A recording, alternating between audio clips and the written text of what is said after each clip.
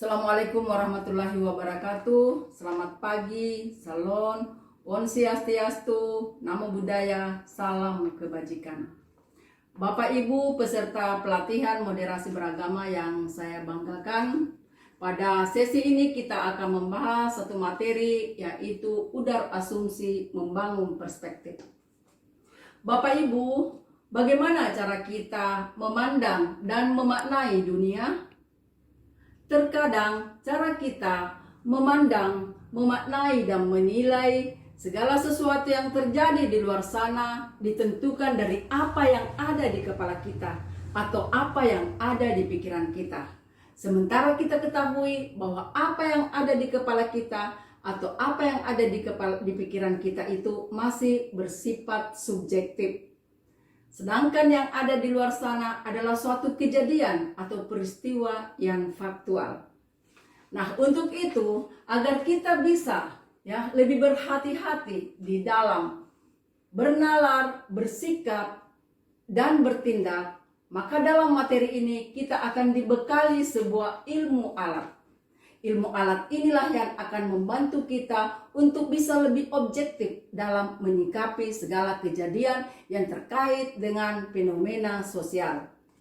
Bapak Ibu yang saya hormati dan saya banggakan, pertama kita akan membahas tentang peta bukan wilayah. Sebelumnya saya akan membagikan kertas kepada Bapak Ibu.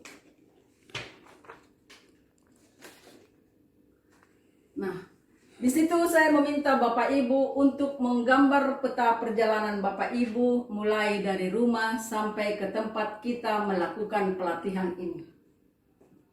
Setelah selesai, kemudian saya minta kepada Bapak Ibu untuk menukarkan peta itu kepada teman yang ada di samping kirinya atau teman yang ada di samping kanan, depan, dan belakang.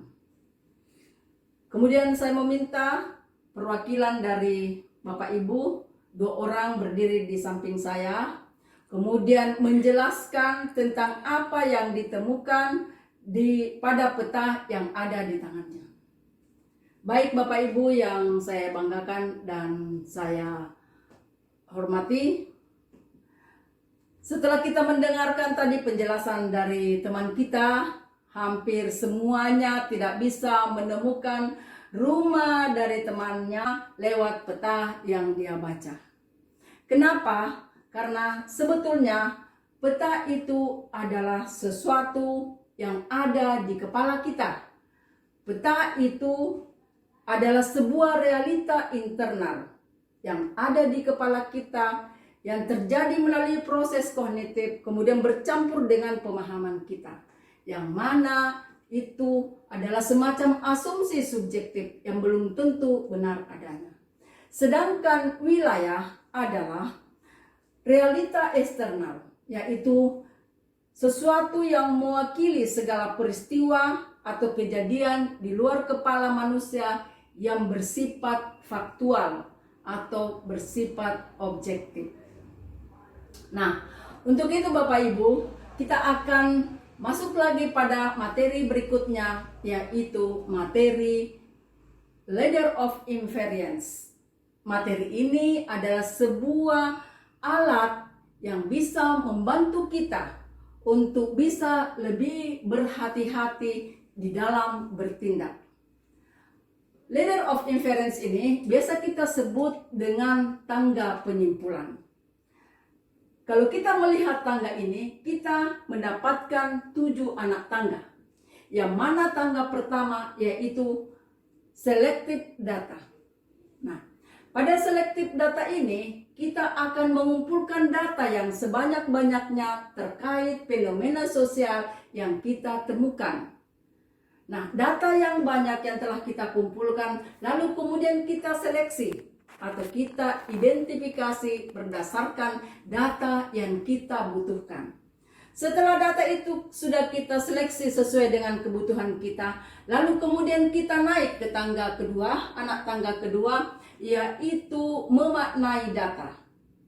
Nah, pada saat kita memaknai data ini, tentu saja kita memerlukan beberapa referensi agar kita memaknainya dengan benar.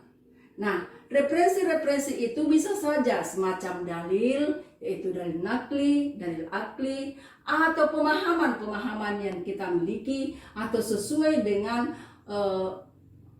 kepercayaan masing-masing orang. Nah, setelah kita memaknai data dengan sangat hati-hati, lalu kemudian kita beralih atau naik ke tangga ketiga. Nah, di tangga ketiga ini kita akan melakukan sebuah asumsi atau sebuah pendapat. Nah, di dalam melakukan sebuah asumsi ini kita harus betul-betul melakukan asumsi atau melakukan pendapat sesuai dengan data yang kita sudah maknai tadi. Setelah asumsi itu kita nyatakan sudah pas, sudah bagus, barulah kemudian kita melakukan sebuah kesimpulan.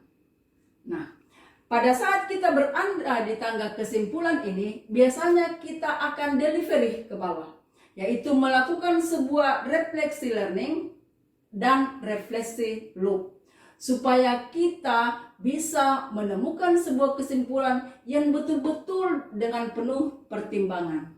Nah, kalau kita sudah melakukan delivery atau refleksi learning dan refleksi loop, barulah kita melakukan aksi. Nah, Bapak Ibu, itulah tadi materi kita pada hari ini terkait dengan udar asumsi. Di sini dapat kita simpulkan bahwa berdasarkan pemahaman terhadap tangga penyimpulan, kita dapat lebih awas atau lebih mindful terhadap langkah-langkah berpikir kita. Pada setiap anak tangga, kita harus selalu berpikir untuk selalu melakukan sesuatu yang terbaik. Kenapa kita harus melakukan seperti itu? Supaya kita bisa bertindak, bernalar, berpikir, bersikap lebih objektif atau lebih hati-hati. Demikian yang bisa saya sampaikan pada pertemuan kali ini, Bapak Ibu. Lebih kurangnya mohon dimaafkan. Semoga ilmu ini bermanfaat bagi kita semua, baik bagi Bapak Ibu maupun bagi saya pribadi. Assalamualaikum warahmatullahi wabarakatuh. Selamat pagi. Salam sejahtera untuk kita semua. Salon, Won Swastiastu, Namo Buddhaya, salam kebajikan, dan salam moderasi.